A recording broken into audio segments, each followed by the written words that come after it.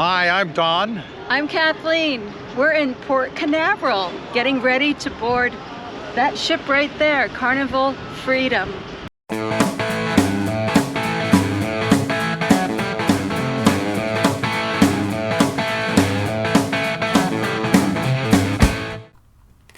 In this video, we're going to compare two popular Carnival ships to discover which one is best for you. So, it's Carnival Conquest versus Carnival Freedom. Which ship will win your vote? Let's find out. Let's begin with the Carnival Freedom. Even many non-cruisers are aware that the Freedom experienced a fire in May of 2022. We just happened to be on board when it happened. The iconic Carnival whale tail burst into flames while we were docked in Grand Turk. The crew quickly extinguished the fire and no one was hurt. Some were scared, but no one was hurt. The Carnival Conquest was quickly dispatched by Carnival headquarters to bring us back to Port Canaveral. We're going to be rescued. I have made another video just about the Freedom Fire, and we'll put the link at the end of this video and below.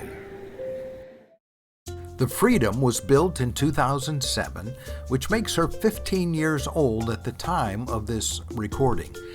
That's a little older than many of the ships out there. She weighs in at 110,000 gross registered tons, which makes her an average size cruise ship, which can accommodate up to 2,984 passengers at double occupancy, or all the way up to 3,581 by stuffing more in each cabin.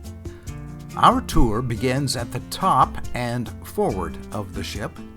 Decks 13 and 14 are home to Serenity Deck. That's Carnival's adults-only area, where there are plenty of seats in both the sun and in the shade. There are also 2 hot tubs up here, along with a small bar. Inside you will find Camp Ocean. That's one of Carnival's youth programs. This one is for younger kids, which is very convenient for the parents who are outside on the Serenity Deck. Deck 11 is home to Spa Carnival, including the beauty salon, massage rooms, and the fitness center.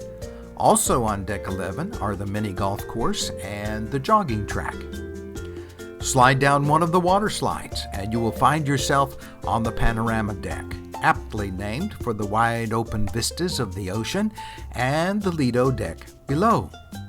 The Lido deck is arguably the hub of outdoor ship life. Here you will find 2 swimming pools. The Timeless Pool, located midship, is surrounded by the Blue Iguana Tequila Bar, the ever-popular Red Frog Rum Bar, Guy's Burger Joint, probably the best hamburgers in the ocean, and the Blue Iguana Cantina. This will not be my finest hour.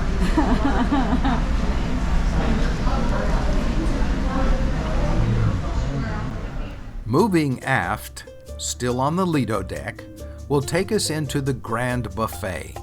Here you will find a plethora of food choices from early morning till late evening. And continuing through the buffet will take you onto the aft deck, home of the second swimming pool, which includes 2 hot tubs. These are for adults only. The Pizza Pirate is here, along with the Seafood Shack. I said that the Lido deck is the ship's outdoor hub.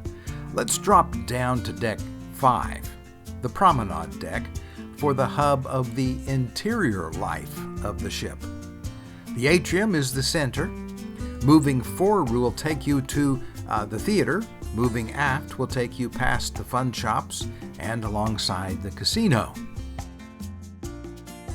Continuing aft on the promenade will take you past the Red Frog Pub, the coffee shop, the arcade, then out of the arcade and next door to the 70s nightclub, and across the promenade to the Alchemy Bar and the Piano Bar. Finally, move all the way aft and into the International Aft Lounge. This large venue is used for Punchliner Club and other group activities. Don't quit yet. There is more to Promenade Places. Drop down one more deck, Deck 4, also known as the Atlantic Deck. Here you can stroll along the outdoor promenade or inside. Visit the library, the photo gallery, or dine at one of the two main dining rooms. In between them is the Habana Bar, beautifully decorated and home of the ever-popular karaoke nights. By the way, guest services and the shore excursions desk are located in the atrium on Deck 3. So those are the common areas, at least most of them. Finally, let's take a look at a few cabins. A wide variety of cabin types fill the middle decks of the ship. Just to give you a feel for a Freedom cabin, Kathleen will show you our own cabin. First impressions, great. Come on in. We have 3 closets. Let me put my backpack away. Shelves. Nice mirror to see yourself getting ready. And in here, hang-ups. Here's your life jackets in case of an emergency. And then you have more hang-ups here. Right across is our bathroom. Good size. It's basic. You've got toilet, shower, sink, and storage. Let's move on in. Let's see, come in, little hallway. Here is the refrigerator. Little area and a chair, which is nice. Drawers. Here's your hair dryer. TV right across from the bed. And what's in here? Your safe. Looks like it runs on your key card, which I'll set down. So, a good sized room, nice sized bed, plenty of room. Hi, let me interrupt the video here for just a second to ask a big favor of you. Would you take a moment to hit the subscribe button as well as the notification button, and we'll keep making more of these kind of videos. Thank you. Back to the video. Alrighty, that gives you a pretty good overview of the Carnival Freedom. Now, let's compare the Freedom with the Conquest. We had the unique opportunity to cruise aboard both ships in 1 week thanks to that fire aboard the Freedom. The Conquest was dispatched to Grand Turk, and the passengers from the Freedom simply walked off of one ship and onto the other. So here is what we discovered aboard the Conquest. The Conquest is about 5 years older, but it is the same in size, goes the same speed, holds the same number of passengers. In fact, the two ships are almost identical. That's because the Freedom is the younger sister to the Conquest, making both ships Conquest-class ships. There are 3 others, by the way, the Glory, the Liberty, and the Valor. So any differences in the ships will be minor, such as interior decor or placement of amenities. For example, the mini golf course on the Freedom is in a different place than on the Conquest. Let's see if we can spot other differences, starting with our cabins. We had interior cabins on Deck 10 on both ships.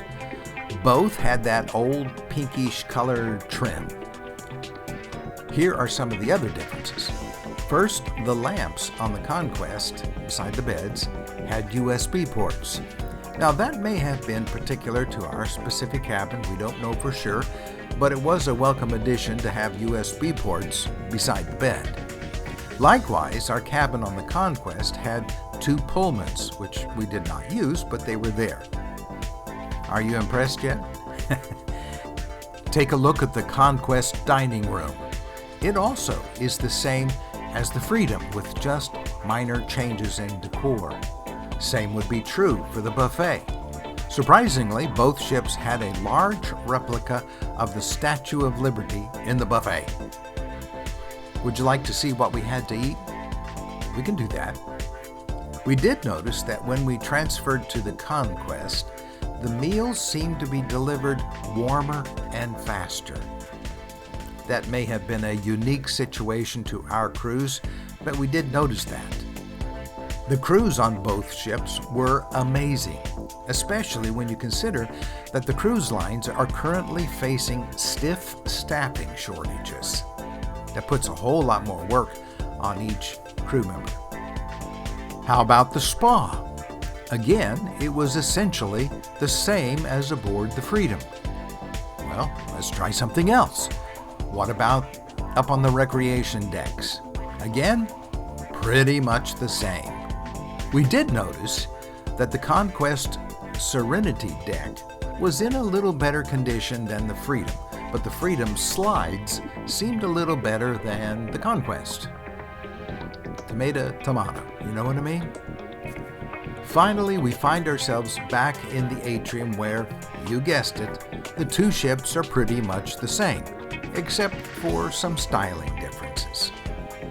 Are you beginning to see a pattern here? The two ships are essentially the same because they are the same class of ship. So when it comes to Freedom versus Conquest, the differences may not be so much the ship, but their ports, prices, and your specific needs. The Freedom is currently sailing from Port Canaveral on 4- and 5-night cruises. The 4-night cruises sail in the Bahamas with stops in Nassau and Princess Cays. The 5-night cruises are billed as Eastern Caribbean with stops at Amber Cove and Grand Turk. That's the cruise we were on. The Conquest is currently sailing from Miami on 3- and 4-night cruises. The 3-night cruises only stop in Nassau, while the 4-night cruises go to Cozumel. Itineraries can and do change frequently, so don't take my word on any of these destinations because they'll probably change. The final consideration might just be price. Generally, pricing is determined by market demand and capacity. My experience is that cruises from Miami are often a little less expensive than other Florida ports, perhaps because Miami is the biggest port. So, which ship is best might just boil down to which ship is best for you. If I can help you find the right cruise, don't hesitate to contact me. If you are new to cruising, you might enjoy my other video on cruising for newbies. Well, that's it. Thanks for watching. If you haven't already done so, please subscribe and hit the notification bell. That's pretty important. Enough said. See you next time.